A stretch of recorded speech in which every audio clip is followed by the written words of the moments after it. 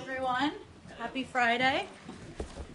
I have one item for all of you at the top to further our efforts and my efforts, of course, in providing all of you with information about what's happening in the building and what Secretary Kerry's up to and his various travels around the world. I'm kicking off my State Department Twitter account today, so not a major foreign policy announcement, but just wanted you all to be aware. It is at. I have a personal Twitter account, but this is at State DEPTSPOX. So look for updates on there. Look forward to interacting with all of you on the Twitter sphere. I'm sure it will all be scintillating inside information and leaks, right? It always is, Matt. Always. Good. Well, congratulations. I just have a housekeeping thing. Okay. You saw the Brits announce that they were going to host this conference next week. We all knew about it. And it says in there that that representatives of the Syrian opposition will be present. Do you know if that is in fact the case? My understanding, and I just spoke with our team about it before I came down here, is that they're still determining whether they will be able to attend. They are, of course, invited and always welcome. We have had meetings with this same group with representatives of the opposition and without, but we will wait for them to announce whether they'll be able to attend. Okay, so their participation is not a make or break thing for you That's guys. correct. They have attended in the past before and have not attended on other occasions. Can you? Well, obviously, it would be of interest if you do find out. Maybe if you find out before the Brits, if you could let us know. If in fact they do not attend, does that take away any? Is there a concern that might take away from the effectiveness of this conference? No, our goal for these conferences is to enhance coordination among the parties and among the countries who all have a great stake in the future of Syria. We are in touch with the Syrian opposition every single day, as are many of the other countries who are attending and participating. Of course, they're welcome, they're invited. We would certainly welcome their participation, but we also understand they have their own meetings and agenda and work they're doing as well. Okay. Thank you. Could I jump in with a very quick other subject? Sure. Which is Greenpeace. Sure, and we can go back to Syria as other people have other questions on that. There are these reports coming out of Murmansk where the people who were involved in that activity have been held, that somebody broke into the Greenpeace headquarters there, stole something. Are you aware of these reports? Can you confirm any of it? And can you give us an update on the Americans who are being held? We have, of course, seen the same reports you have seen. We don't have any additional information on those reports and don't have any information linking in any way to the recent events on the ground. In terms of the status of the Greenpeace volunteers, the legal process, as you all know, is ongoing. We have raised and will continue to raise the case with Russian authorities as appropriate to ensure the provision of consular services to the detained Americans. We're, of course, monitoring it very closely, and our officers from the U.S. consulate in St. Petersburg have met with both since they were detained, as you all know. Beyond that, I don't have a new update as of today in terms of the specific legal proceedings. I would, of course, point you to their lawyers. Jim, can we go back to Syria?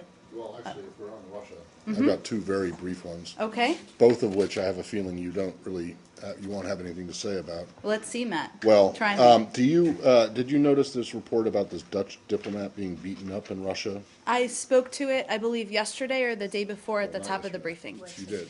Okay. Wednesday. Mm-hmm. Did you, when you spoke to it, did you talk about what it seems to be some kind of bizarre reciprocity for the beating up of a Russian diplomat? I did not and would not speculate on that now either. But the comments I made on Wednesday were just, of course, expressing concern for his well-being. And then the second one is about the visa for Miss Universe Kosovo.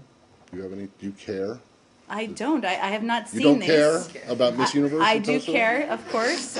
Scholarships are important. I have not seen those reports. I will look into it. What are the specific? I'm not sure that you would have that the administration would care to venture. She was denied a visa, apparently denied a visa to go to this year's in Russia. pageant. Yes.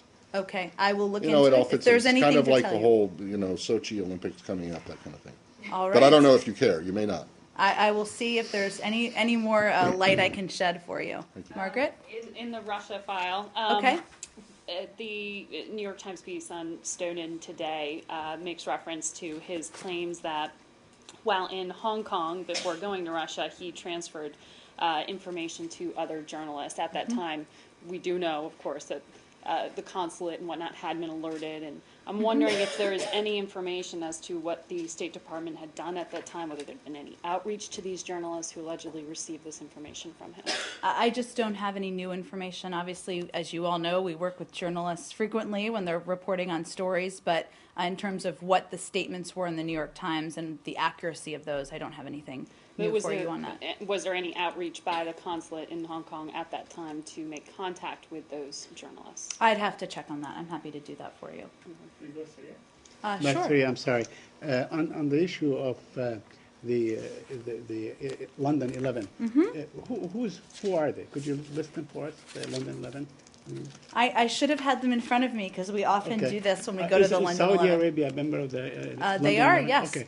Now, Saudi Arabia, as you know, yesterday turned down membership at the Security Council and citing differences on Syria. They are disappointed, apparently, in the way you aid and help the opposition. So what do you have to say to them, especially that the Secretary is making a trip to Paris to meet with the Saudi Foreign Minister? Well, the Secretary's trip to Paris is also for the API follow-on committee meeting, which the Saudi Arabia is also a part of, and I believe they're one of the founding members. But we have, of course, seen the statement indicating from Saudi Arabia indicating that they will not take up their seat on the council. I would refer you to them on more specifics. I know the statement had specifics in it as well. That doesn't change the fact that, of course, we work with Saudi Arabia on a range of important issues, including Syria, including Iran, including Middle East peace. And on Wednesday, as you all know, I think somebody asked me about it in here, the Secretary Kerry met with the Saudi ambassador. The Secretary, during that meeting, of course, reaffirmed our close relationship, and he's also has a meeting scheduled with the Foreign Minister next week. Sorry, he had one So scheduled. I just want to follow up on the issue of Syria, because they put down a range of issues in which they don't see eye to eye with you on, like Iran, like the Palestinian issue. But I want to focus on the Syrian issue. Are you actually on opposite sides of what's going on in Syria in terms of the Geneva Conference, in terms of bringing the opposition, or which opposition that you are working with? Well, I don't want to speak for them on where there's disagreements or agreements. We don't agree with all of our partners on every single issue, and that's not our expectation or our bar. But Saudi Arabia has been an important partner on Syria. They will continue to be. They'll be participating in the API meeting. I believe they'll be at the London 11 meeting. So we'll look forward to coordinating with them in the days and weeks ahead. They are an important partner on Syria, but they're not the most important Arab partner on Syria, are they?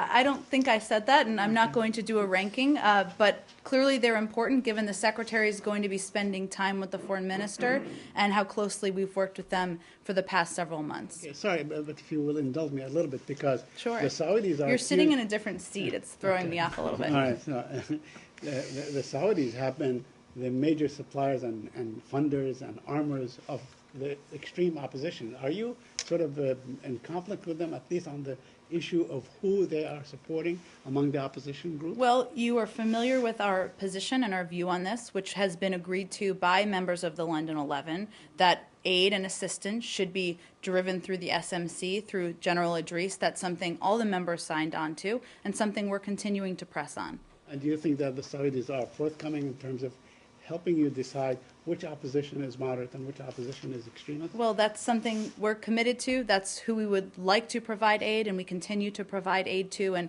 certainly is something I'm certain the Secretary will discuss next week. Jen, can I ask you more generally what the US reaction is to the fact that the Saudis have decided not to take up this highly coveted Security Council seat?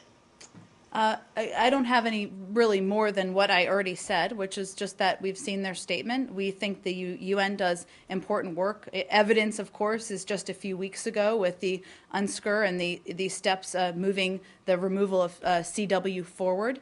But beyond that, we will continue to work with Saudi Arabia on a range of issues. Because the Russians have come out and said that they think it's a bit strange that they've given up this chance to sit on the UN Security Council, whereas the French seem to be saying that they understand their frustrations with it. Where are you? Do you think it's a strange decision, or do you understand why they've done it? What are you sort of saying to them about why they've decided to do it? Surely you're stronger within the organisation than you are on the outside of it. Well, I don't think I have anything more to add than what I just said, which is we're going to continue to work with Saudi Arabia. Clearly, we think the UN Security Council has an important role they can play on a range of issues, and there's evidence just from 6 weeks ago. I understand different countries will have different responses, but we'll continue to work with them on issues that we share a mutual concern Surely about. if the Saudis wanted to have a stronger input into some of the big issues of the world at the moment, it'd be better for them to be sitting on the Security Council rather than on the sidelines. Well, that's a decision they have to make, of course. So the US has no position on it.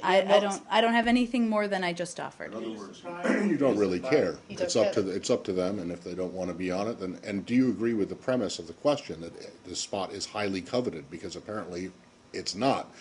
India and Japan and Brazil might highly covet it, but it looks like the Saudis do not. So, one, do you agree that it is an important seat to have? And one that should be highly coveted, and two, is it correct that you basically have no opinion on whether the Saudis are on it or not? Well, there's no question the Security Council performs an important role in the world maintaining peace and security. Recent evidence of that, which I've referred to a few times, speaks to that. In terms of what decision that the Saudis make, that's up to them. I think I reaffirmed our own belief that there's an important role the Security Council plays. I guess the way that I think, would you counsel the Saudis against turning down the seat? I mean, do you think it's important for them, for the interests of global peace and security, for countries who are elected to take up the opportunity to sit on the council? I'm not going to discuss our diplomacy efforts with Saudi Arabia. Right. I'm sure they'll So discuss this next week when the Secretary Right. meets with the But Foreign you Minister. cannot say that you are disappointed that the Saudis decided not to take this. That is not what I said. No. Well, Right. no. I did not say that. You're not disappointed. I didn't say that I was disappointed, is what I'm saying. Right. So does that mean that you are not disappointed? I don't think I would go that strongly. I'm just conveying that they're going to make their own decision. We'd refer you to them. The UN Security Council certainly plays an important role, as evidenced by the actions a few weeks ago. We have a range of issues we work with Saudi Arabia on. That will continue. Were you surprised by their decision? Were you surprised? Were we surprised? Yes. I'm not aware of a heads up, but The way the membership, the elected membership Mm-hmm. rotates, it's more than likely that it will go to another Arab country, probably in the Gulf. Do you have any sort of favorite I would candidate? refer you to the UN on that. Right. That's out of But my you my don't- depth you of. don't have a preference, let's say. You don't want to see Oman. I versus would Kuwait or refer you something. to the UN, Saeed. I'm sure they may have some thoughts on that. More general question about, this satisfaction of Saudis Mm-hmm. on Syria beyond this, and also Turkish president made a statement about this Saudis decision, and he supported their Mm-hmm. decision, actually focusing the decision-making process in United Nations Security Council, because Turks also are very critical of this process, Mm-hmm. and they are suggesting to find a new way for this mechanism in international community. Are you discussing this concern with the Turks and Saudis in terms of the general critics against the body of United Nations Security Council and the decision-making process? I believe what we will be discussing next week is the path forward in Syria and frustrations we all have about the rise of extremism and a variety of issues we talk about frequently in here. In terms of the makeup of the UN Security Council and the role the UN plays in decision making, I would refer you to our U.S. Mission in New York and the UN. What is the stand of U.S. administration on this issue in terms of the critics against the body of United Nations Security Council, the decision-making Well, process? I think I just conveyed that the Security Council has an important role they play, performing vital work maintaining peace and security around the world. Beyond that, in terms of the workings or the agenda or the logistics, I would refer you to our mission and to the UN. Can I back to Syria? Oh, I just wanted to clarify, sorry. When you said you were not aware of a heads up from Saudi, do we understand that to mean that Secretary Kerry did not discuss this issue of the Security Council seat with Ambassador Al-Jubeir this week during their meeting? I'm not aware that he did. I'm happy to double check and make sure that's the case. Could I Jim? ask you about Iran? Well, let's finish Syria, Well, and then we can. fine. I'm sure there are more questions Yeah, on yeah. Iran.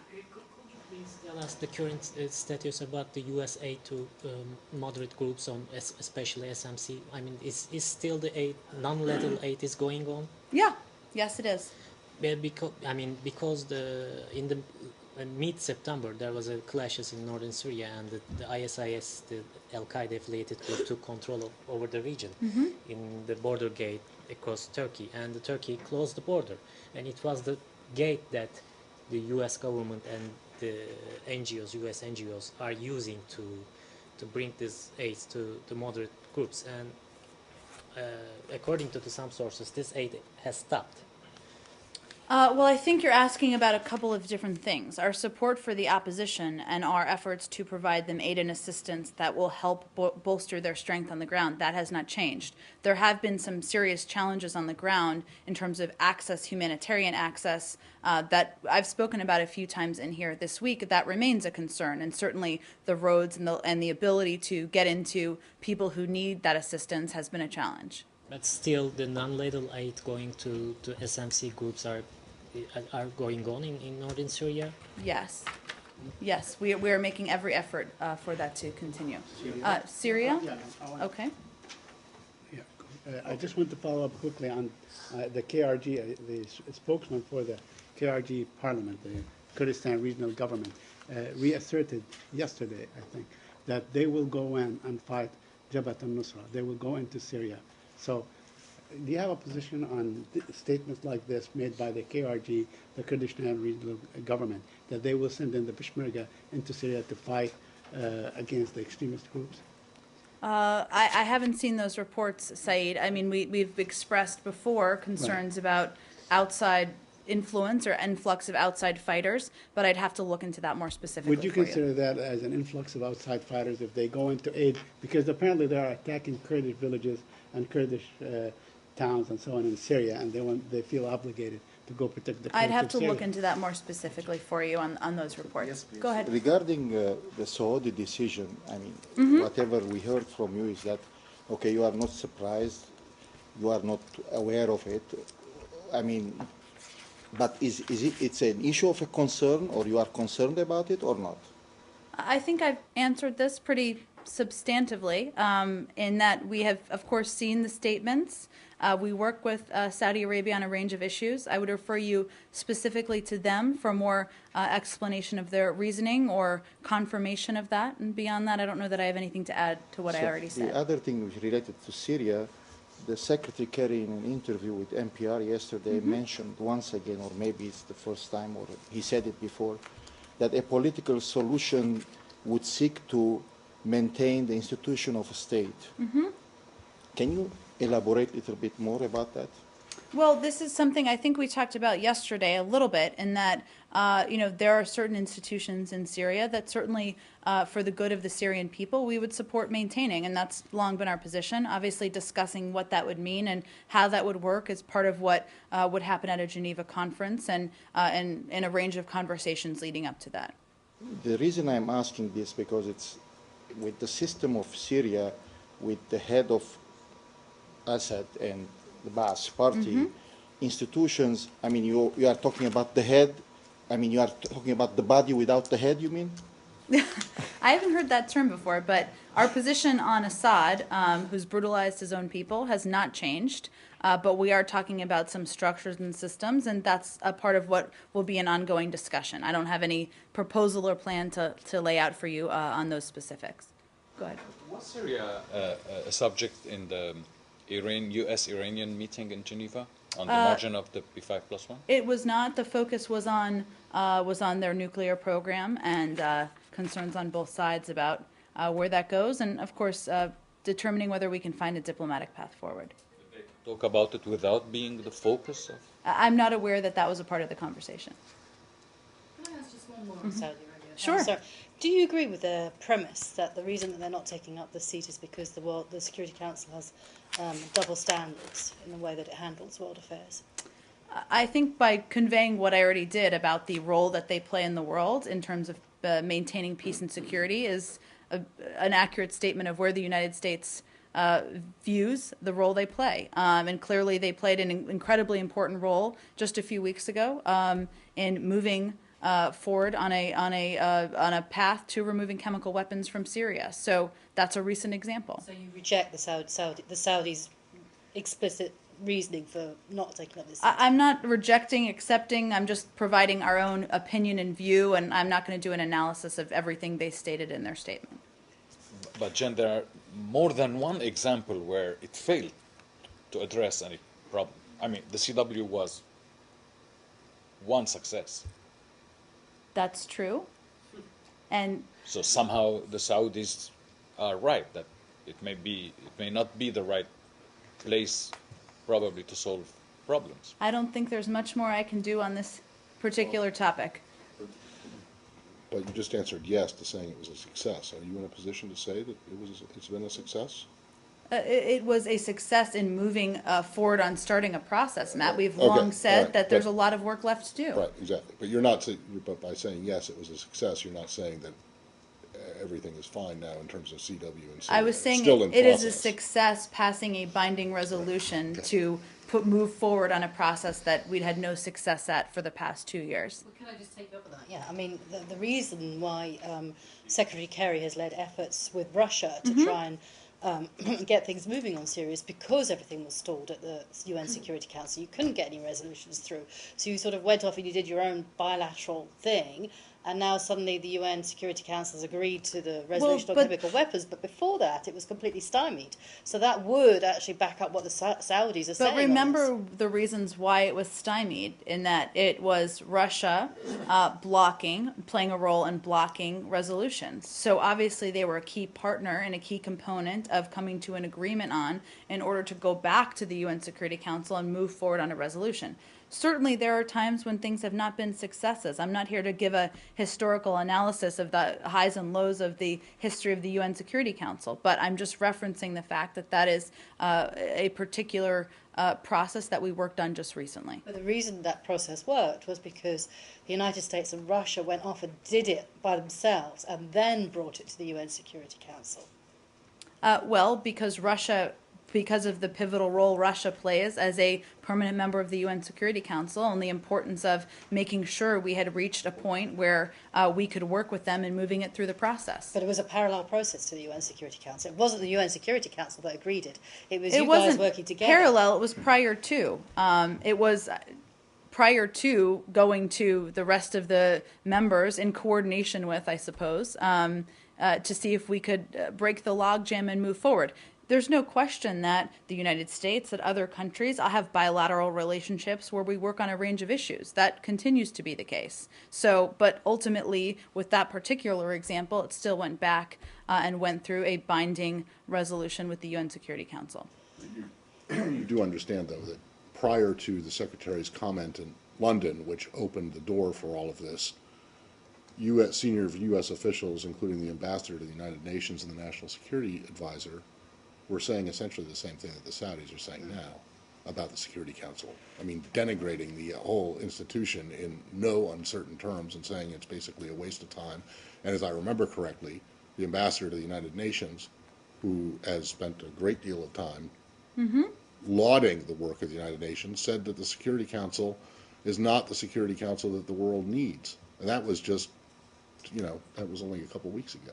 So Well, things changed, I understand, but I mean, it's a far cry from saying that, from giving the council a ringing endorsement of relevance and utility. I don't think I'm up here waving a blue ribbon. I'm just giving an example of Okay. how we've recently worked through the Security Council and reiterating actually sort of the point Joe made. We are working with the Saudis. We'll continue to work with them. The London 11 is another way we coordinate. We work through API. We work through a range of coordinating Kind of like systems. Congress. It's kind of like Congress.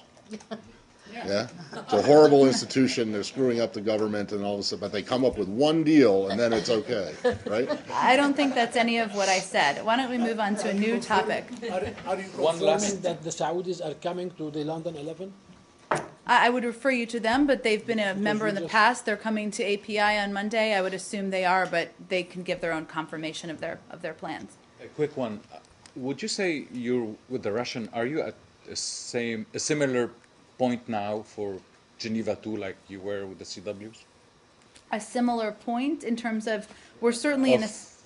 Having something of a solution in hand and going forward with it? Well, the purpose of a Geneva conference is to discuss the issues where we agree and disagree, including with the regime and with the opposition, of course, and to move towards creating a transitional governing body. We are in agreement with the Russians that this is the right mechanism and the right vehicle to doing that, a Geneva conference, and we have been for months. We don't agree on every particular issue, that's true, but they've played an important role working with the regime and encouraging them to have representation at the conference, and we're, of course, encouraging the opposition and working with them to strengthen their membership and have representation. So we shouldn't expect something as quick as the CW thing? Well, we haven't even set a date yet for a conference, and so that's the next step, and we'll see. We'll take it step by step from there. Go ahead. To move on to Iran, if that's all right. Sure. Do we have any more on Syria? Just one. Okay. Are you inclined to, We'll go to you, I promise, Thank next. you. Are you inclined to support Iran as a participant in Geneva 2? Well, we So talked. We talked about this a bit yesterday. One of our premises is that any country we believe would need to support and the Geneva Communique, the goals of the Geneva Communique. That's not something Iran has done. If they were to do that, we would be open to considering that, but that's not a decision we would make. Are you in agreement with the Saudi about this point? I don't. You'd have to check with them and see if it matches up with what I just said. Clarify the nature of the aid that you mentioned. Mm-hmm. The last month, one of the leaders of opposition, Mr. Salih, said that in a press brief, U.S. is providing little aid, also some little aid to opposition too. And Secretary Kerry participated in Google the interviews aftermath of this press brief, and he didn't give any detail about the nature of the aid. So what is the current status of this aid in terms of the little version?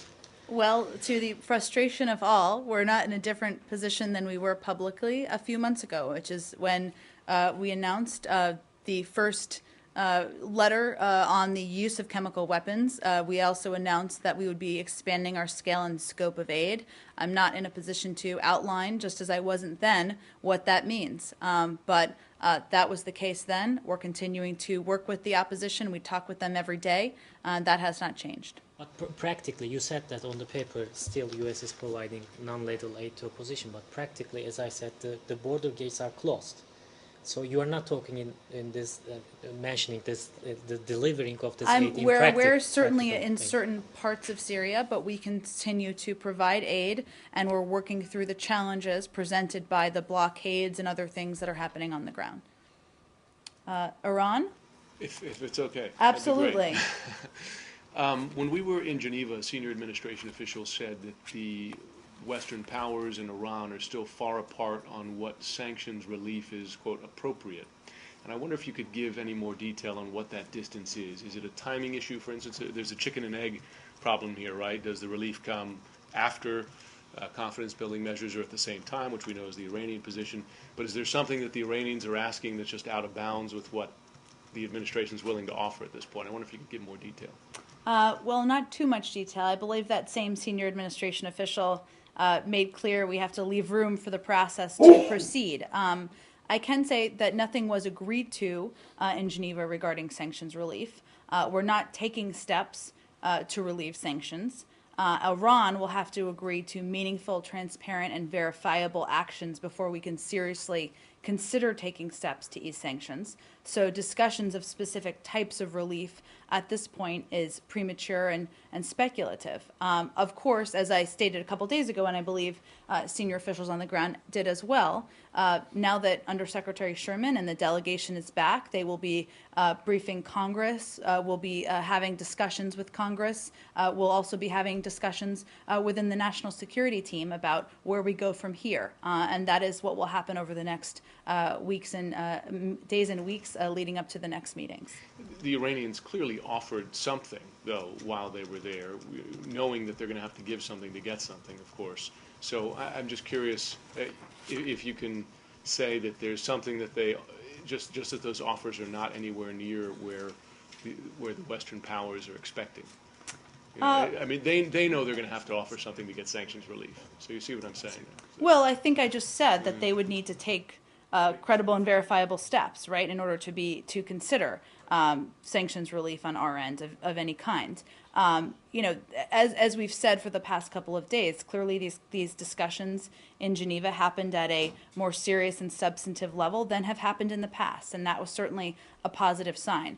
But all of that said, we're still at the beginning. A positive outcome at the end is far from certain. So there are many more discussions, meetings at the technical level, which will be the next step, which need to happen before a determination is made. Is that the substance of the disagreement then, that you're saying take those steps before we will consider, and the Iranians want them to happen at the same time? I'm not going to outline the substance of the disagreements, but given how complex and detailed these discussions are, as well as sanctions themselves, you know, the need for a range of more time discussing and more meetings is evident. Just one final thing on the New York Times report, asset freeze. I know you're not commenting on sanctions relief.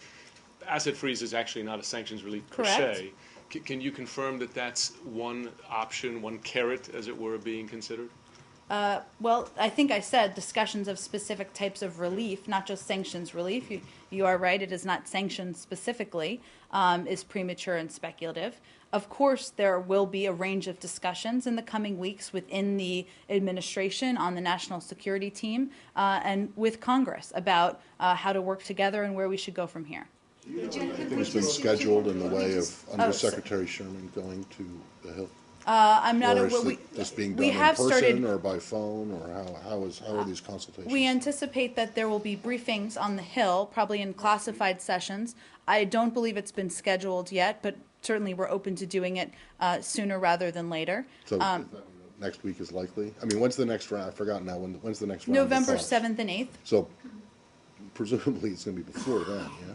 It hasn't been scheduled yet, but certainly we'd be open to that, and that would be the plan. I know the Senate is out till the 28th. I'm not sure how long the House is out. Is a quid pro quo formula ratio workable? I mean, you know, that if we open this facility, we will give you back this much, or we'll release the sanctions by this much. Is that something that you will consider? I would not characterize it in that way. Obviously, we're having not a discussion about back and forth responding to proposals at this point. We're having a discussion about where we go from here. So obviously there are steps that the Iranians need to take. There are steps they would like us to take. I don't think I'm going to outline it any further. My question is the following. Does it have to be like all or nothing kind of a deal? I mean, either we reach an agreement completely, or the sanctions will be, you know, lifted completely or whatever, or we can do it incrementally. I don't have any more to outline for you other than to repeat what I said, which is that we would, you know, the Iranians would need to take verifiable and credible steps in order for us to consider steps on our end. And Jen, just to make sure, because sometimes I find it's hard to follow all this, does it have to be that they actually take the steps, they do the action? It's not just that they promise to do it in some sort of agreement, but they actually have physically followed through on something, and then a deal can be struck or whatever. I'm just not going to clarify it any further.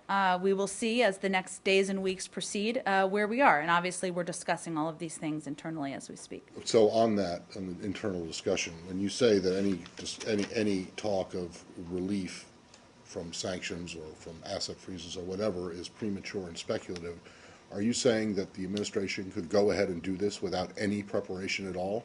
In other words, it's like flipping a light switch on and off? Because if No, it's not, I'm saying if it's the not opposite. and it wouldn't require any planning, then it's absolutely not speculative and premature to talk about how sanctions might be, how there might be relief from sanctions or asset freezes. Well, it is speculative to talk. No. It is speculative and premature to talk about a definitive step we would be taking. No, but you're obviously, I would hope at least, unless you don't believe that it's necessary to do any preparatory work, and the off chance that Iran actually does comply, unless you don't need any preparatory Well, I work. just- Maybe the administration has had these plans set aside for years and years and years on the hope that the Iranians might comply. But I think that saying that it's Well- speculative and premature to say that you're considering one specific thing as part of a range of options is just not, it's not true. And if it is true, I think it's a problem, because I hope someone's preparing for the possibility. Well, Matt, clearly we had sanctions experts at these talks, I believe, for the first time. So that is evident of the fact that we are discussing and preparing for a range of options. Right. What I was referring to, just to be clear, is the story that Jim mentioned, that I know many of you read, referenced a specific step. So it's premature to go far down a road on a specific step that we are planning to No, take. but I mean, I don't think but that is one possible step that is being considered. Is that correct? You might not decide in the end, you might not decide that that's the way to go, but at the moment, I don't think it's speculative or premature to say that that's one of the things that you're considering, unless you're not considering it. There are a range of options, as there have and been, I don't see why that it's are being difficult discussed. to say that that is one among the range of options that are being discussed, right? I'm not going to get into Well, let's put confirming it- each different well, option. let's put it this way. Have any options been taken off the table with respect to Iran and its nuclear program? You know what our answer is on that. The answer Matt. is no, correct? That's So a that's military response, option, that's a response is to a still different on question. the table. Yeah, but if you Well, say that a that's military relevant. option is still on the table, then that's not speculative and premature, is it? I mean, it's something that there's plans for. So I don't understand why it's difficult or impossible for you to say that, yes, in the grand range of options that there are for sanctions relief in the event Iran does comply, that this is one of the ideas that's being considered. Why is that problematic? Because I'm not going to get into confirming individual But you will options that confirm are that being considered. military action is a possibility. I think you correct? know that our what our position is, that all options remain on the table in that case. Right. There'll be Do you- lots do of you- reports. Do you see the inconsistency Let me here? finish. There'll be lots of reports over the next couple of weeks, as we all know, of a range of things we may or may not be considering. Okay. The only point I'm making is that we're not going to get into playing whack-a-mole and confirming or not confirming individual proposals. All right, well then don't confirm one and then the military option and refuse to confirm anything else. Can I just ask at the technical Yes. level? There was in Geneva, it was said that there's going to be talks between technical experts prior to the November 7th date. Have you decided yet where and when those are going to be held? I'm not aware of a date being set yet. It may be. I'm happy to check on that and see if there's been any progress on that. I mean, you will let us know. I mean, it's not something that you're planning to keep secret. Not that I'm aware of, since we announced that it was going to happen. So, Right, okay. Well, no, you could announce it's going to happen, then just not say it's happening until after it's happened. If you see what I mean. well, it obviously would be coordinated through all the partners. So we can check and see if they've made any progress. And would on the it. idea be to hold it just before November 7th, or to have to allow a gap of time for whatever the technical experts and the sanctions experts talk about to then be brought back and talked about by political directors? I'm not sure what they've determined in terms of the right strategic approach, but I'm happy to check and see where we are with that with the EU and other P5+1 members. So going back to the idea of announcing meetings and then not saying whether they've taken place or not, have you gotten an answer on how many times the Israelis and the Palestinians have met together since the Secretary announced that they were intensifying their contacts? Matt, I think what I said yesterday is that if there's anything more to share in terms of numbers of meetings or intensity, I would be happy to share that with all of you, but I don't have any update to share with all of you. Okay, so there's nothing that you can point to that would prove that the talks have intensified. I think you're just going to have to take the Secretary of State's word for it. Okay, that's that, and I will, but at some point there's going to have to be, there's going to have to be some kind of tangible evidence that in fact talks have intensified. Well, just a few If weeks you're gonna ago, as you continue to know, at claim UNGA, that. he gave a speech where he gave an update, and perhaps there'll be an update in the future. On the Palestinian-Israeli talk. Let's finish Iran. We okay. let Matt go I off the thought- trail I there, thought- I but thought we were on the Very, topic. very quickly. go ahead, Jim. Foreign Minister Zarif said he would return for the November 7-8 talks.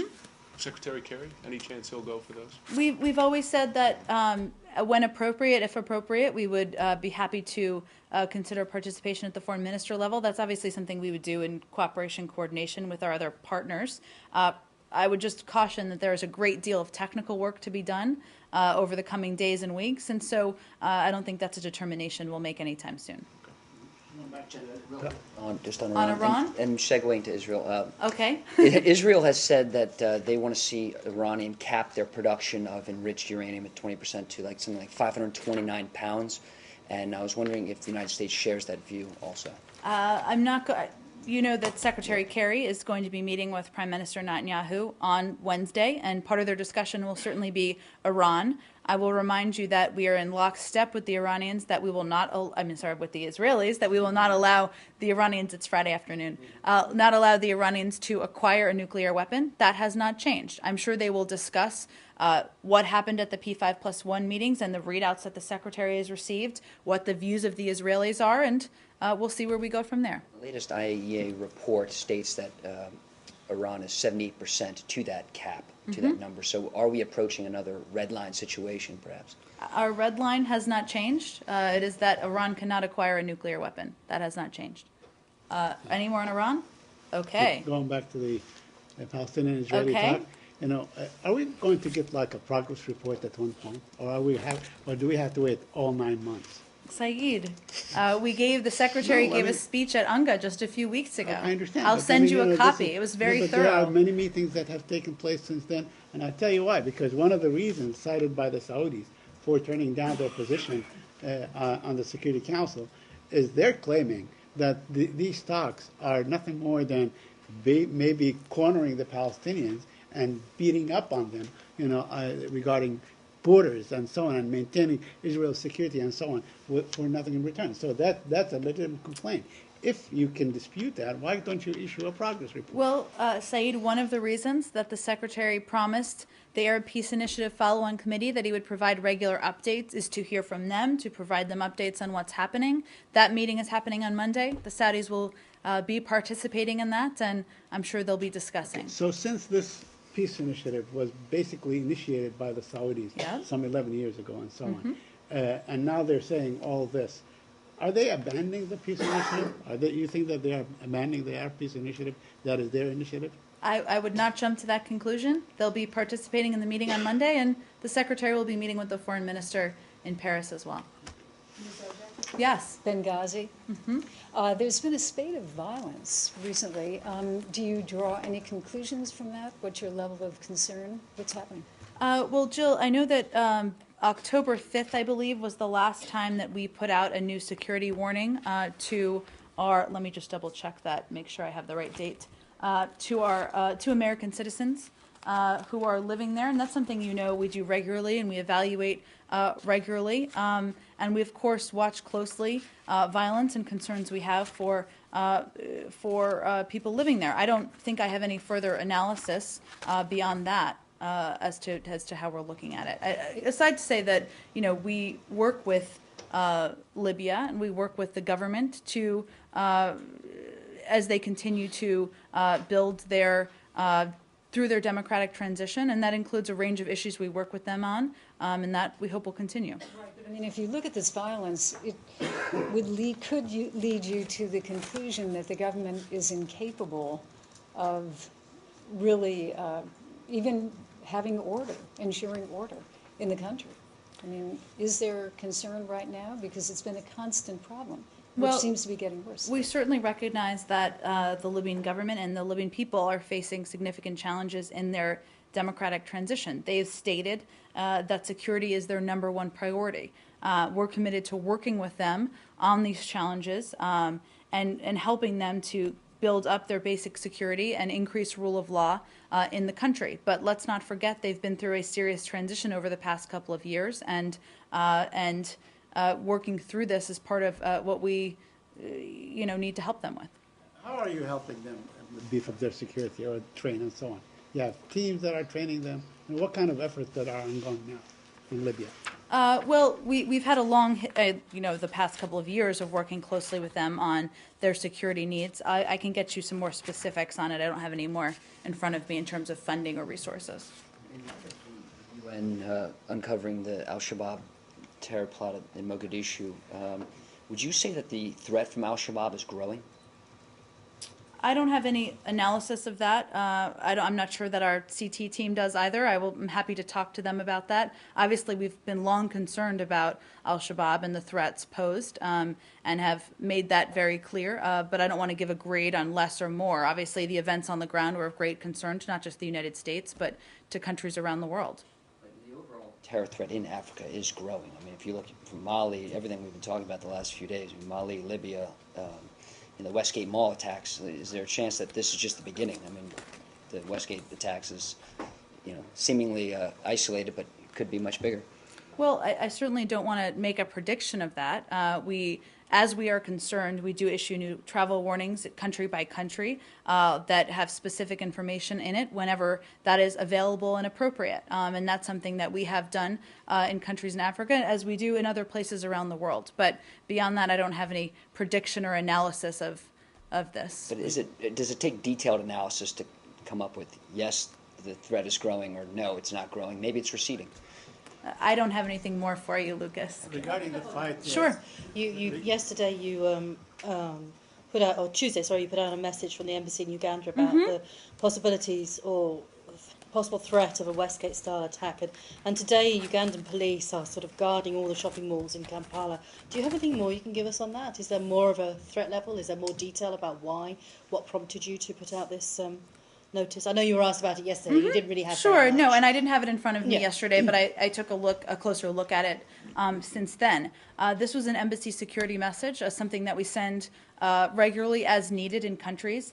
We don't have any further specific information on the timing and or location of a potential attack. That is noted in this message as well. We, of course, take any threat reporting seriously. And in accordance with our no double standard policy, we shared our information through a public message to U.S. citizens living there. So that was the purpose of this particular message. There was a threat made.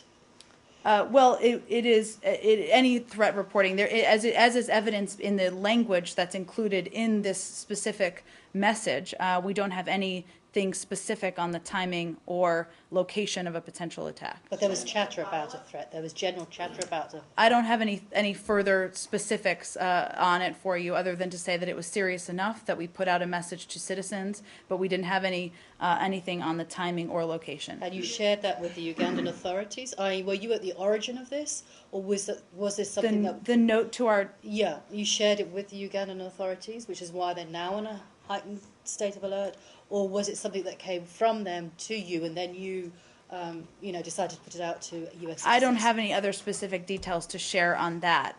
Obviously, we work closely with authorities in any of these countries. I don't know what their decision-making process was. This was a decision-making process based on information that warranted putting out the note. Just for clarification on that, so was this a new threat, or was it made in the shadow of like the 2010 threat, because Shabaab consistently threatens Uganda?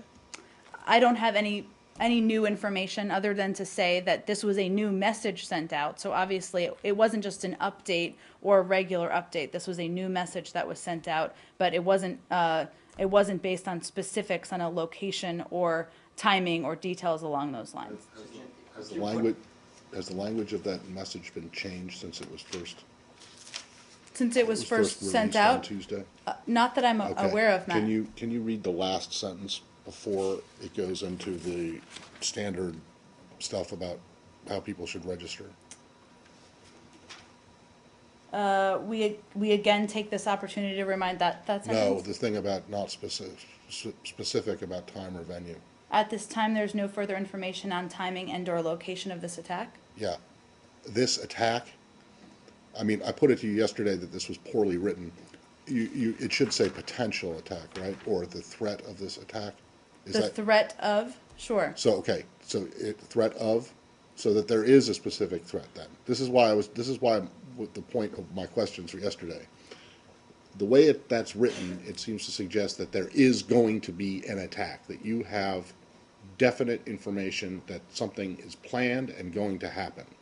Is that, and that is not the case, is that Well, correct? by saying that we don't have any specifics on the timing or location, that makes clear. The attack.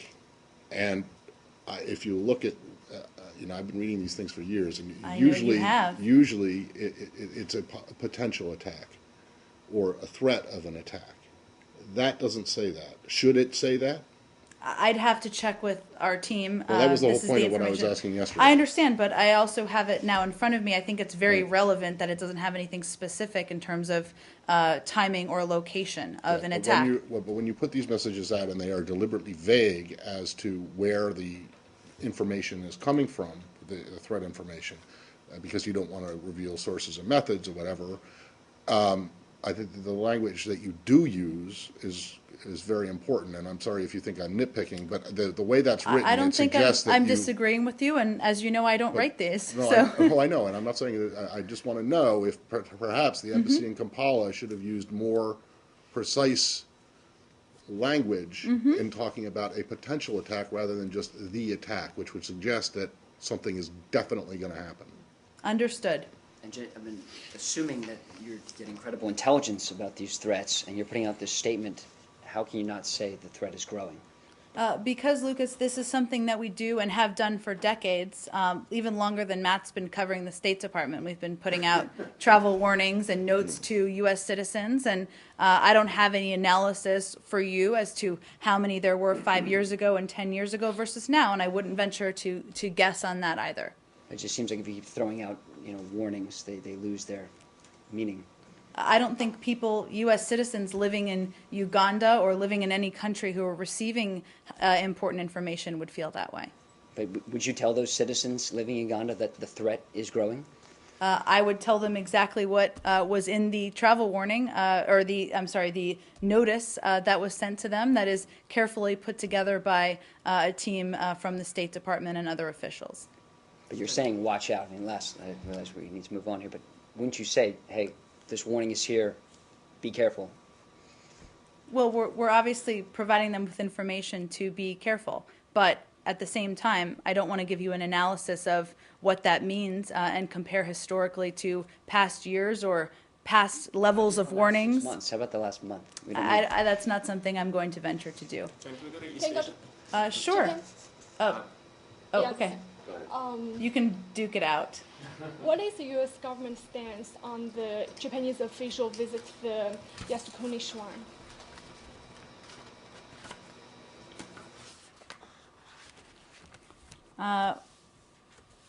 We've obviously seen, of course, those reports.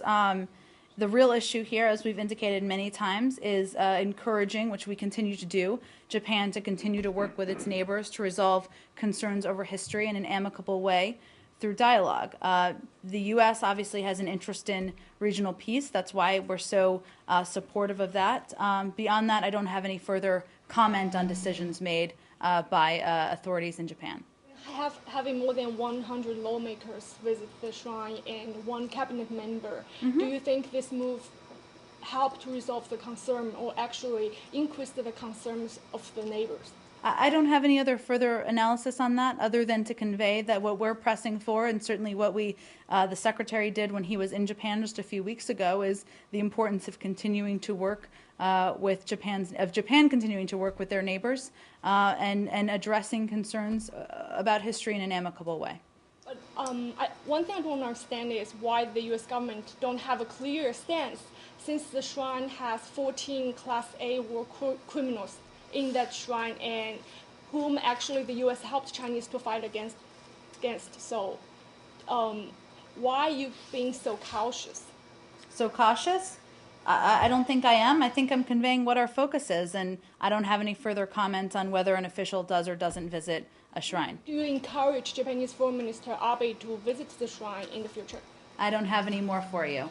You do understand why the question is being asked, correct? I do, Matt. Thank you. No, I know you do. So you have in the past, I think, I'm pretty sure, expressed disappointment that certain officials, and particularly very senior officials, even higher than cabinet ministers, have visited the shrine. Is it the determination of EAP now that opining on your disappointment or lack of disappointment in this case is going to be counterproductive to what your goals are, because this is a very sensitive thing for the Koreans and the Chinese. You are right. I have not opined. I have know, you're reminded all of you avoiding- what our goals and our focus is here. Okay, so do you know if this issue, this specific visit that was mentioned in the question has come up in conversations between U.S. and Japanese officials? I'm not that I'm aware of. I'm happy to check if there's anything specific on that. Can I ask a related question? Yes. Secretary Kerry was in Japan recently. He and Secretary of Defense Hagel visited a different site, the Chidorigafuchi National Cemetery. Can you talk a little bit about why that site was chosen for a visit? It seems like a decade ago. I know we answered this question at the time. I will venture to get you something after the briefing. Let's do one more here. Specifically as to why it was chosen, given that it's only less than a mile away from Yasukuni, and it seems like that was a very deliberate choice of choosing that particular site to visit. They wanted to lay a wreath. It was an opportunity to do that. They are both veterans, as you know. Beyond that, I would caution you for analyzing too much further.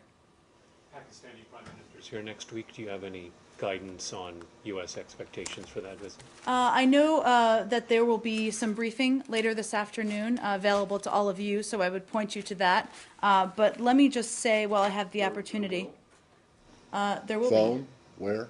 I will provide you the information. Is it a State Department thing, or is it? Yes. One thing I just want to make clear, if I can take this opportunity, though the Secretary is traveling early next week, he will also be meeting with Prime Minister Sharif and his delegation on Sunday prior to his departure. Yeah. One on Honduras, actually. Sure. Apparently 3 congressmen earlier this week sent a letter to the Secretary asking him to speak out against what they call the militarization of civil society in Honduras. There are general elections there next week, and I just wondered what the US is advising people in Honduras to do with the elections coming up. Let me take it and get some more guidance and send that around to all of you guys. Thank you, everyone.